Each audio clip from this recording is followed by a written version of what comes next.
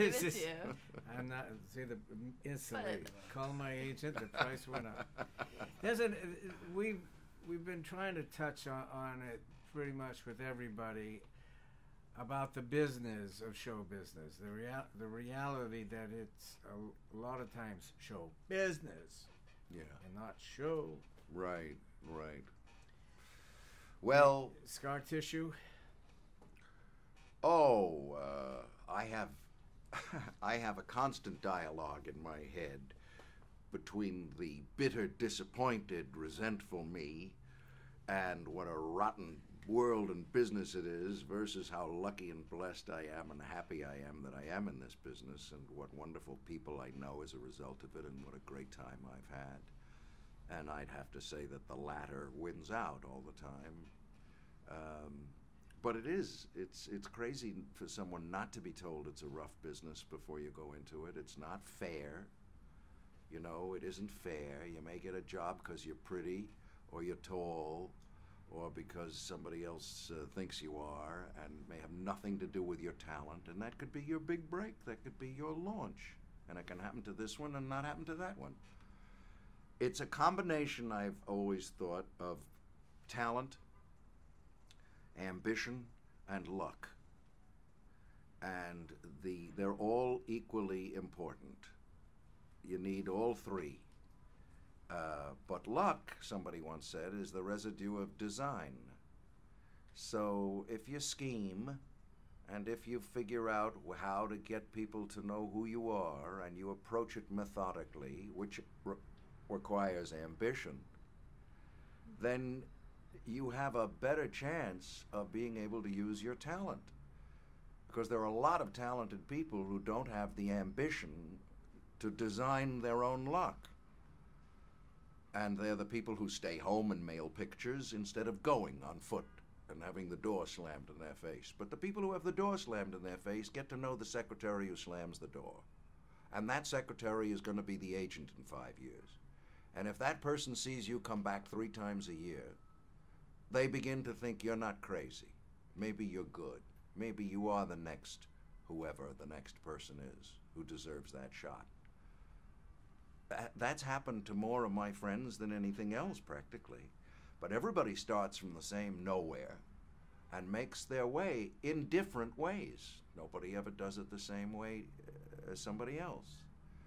But if you have common sense, then when you do get into play or you're doing a stand-up someplace, you make sure you tell the people who ought to know that you're doing that.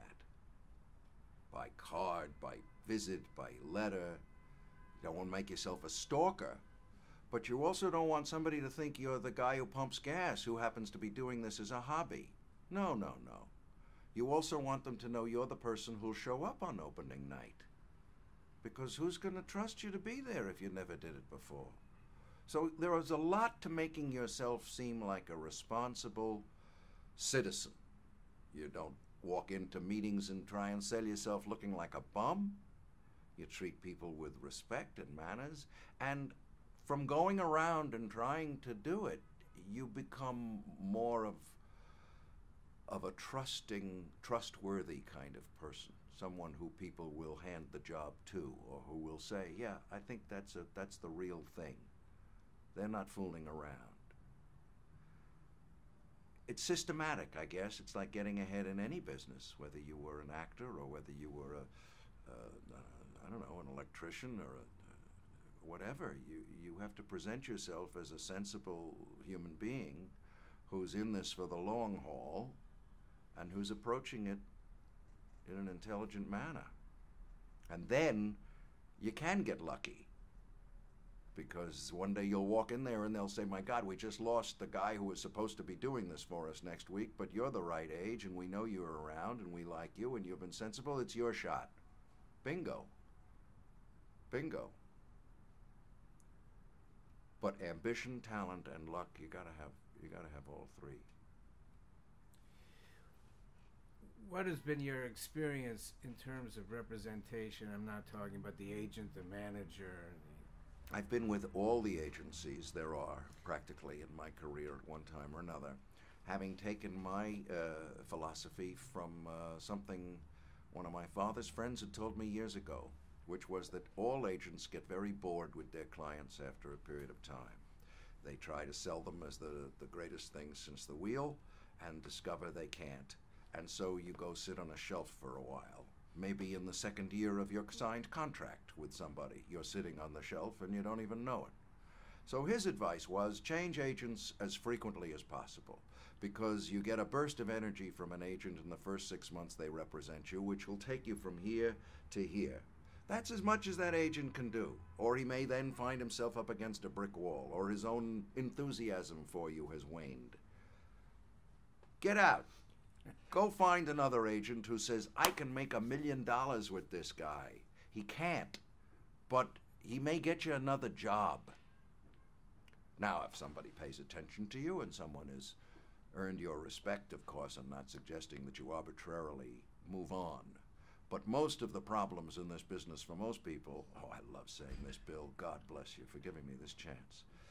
They stay with agents too long. Way beyond when that agent even cares anymore whether they're working or not. The best thing to do is to not sign with any agent, to be freelance, to say to an agent, you get me the job, you get the commission. Period.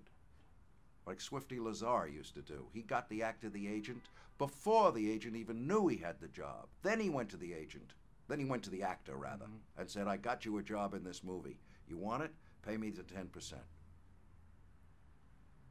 But that was Swifty Lazar, and those were big stars. So you've got to find somebody who's enthusiastic enough about you to send you out on the jobs and to push you forward and use their enthusiasm as long as they have that enthusiasm. When that enthusiasm shows signs of waning, go find another agent.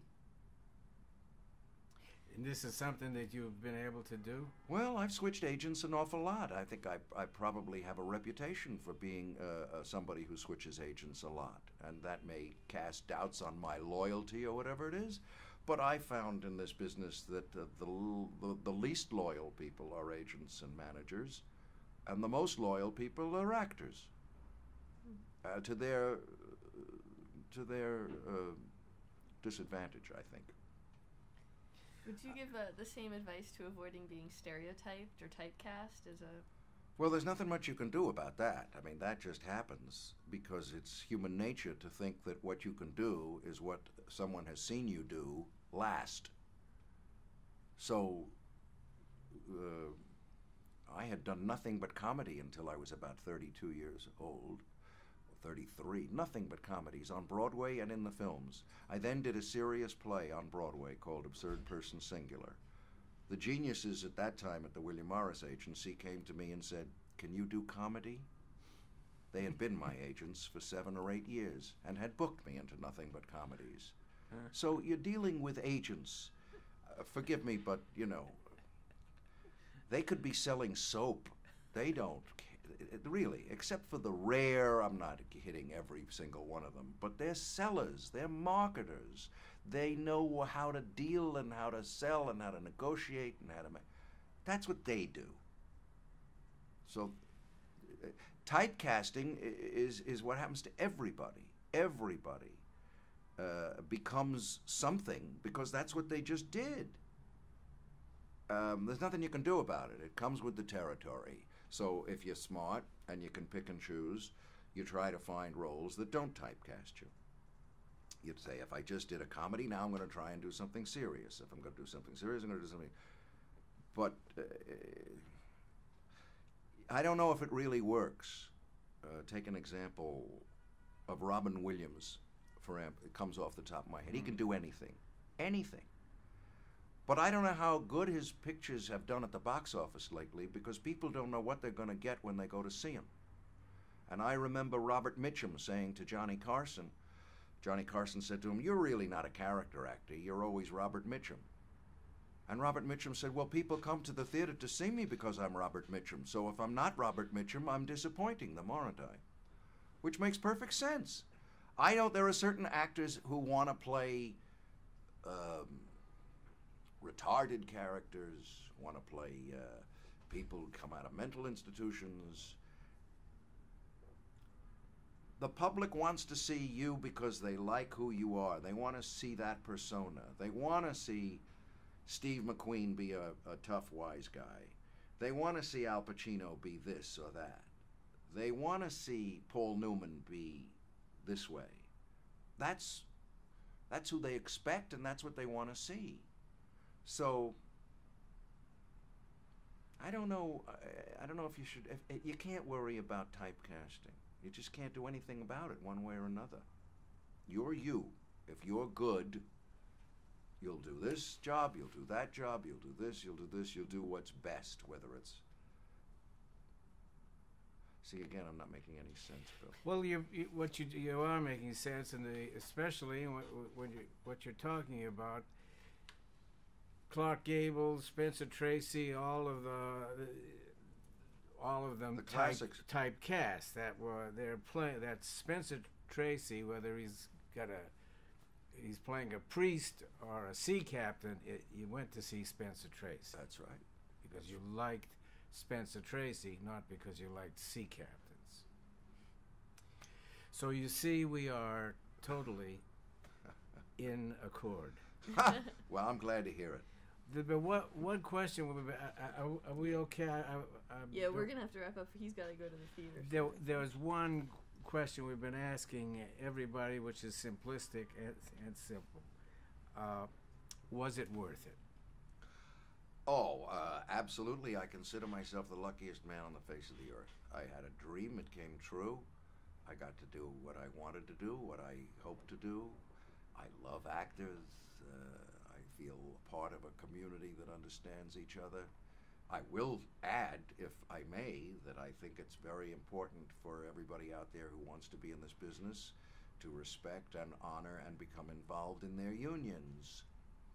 Actors Equity, Screen Actors Guild, and AFTRA. Hopefully one day we'll all be one union. But these unions are the best thing that could ever happen to you if you're a performer, and they're to be honored and respected and contributed to in terms of time and effort. And I've gotten most rewards of all, perhaps, from that activity, because you meet wonderful people and you're working for a great cause, and you feel as if you are improving your lot, even if you're out of work. And you're improving and assuring your life. I can attest Absolutely. to that. Thank God, right? Yeah, absolutely. Yeah. We're talking pensions and health insurance. Pensions and health Kids. insurance, ladies and germs. Tony, we don't know how to thank. Well, we do know how to thank you, but we don't have the money. Thank you. We appreciate it. It's a pleasure to sit with you, and I hope I made a little sense. It was all. You did. I'm sure they're going to extra. call you to be Professor Roberts of drama at Emerson College. Have you been to? I know of Emerson College. Yeah. Heaven knows, it's renowned, and I'm very proud to be a part of what you're doing. And we thank you. We thank you so much for your time. Thank you. Yes, thank you. And look, a standing ovation. Standing ovation. I don't want to pull Found in a one-hand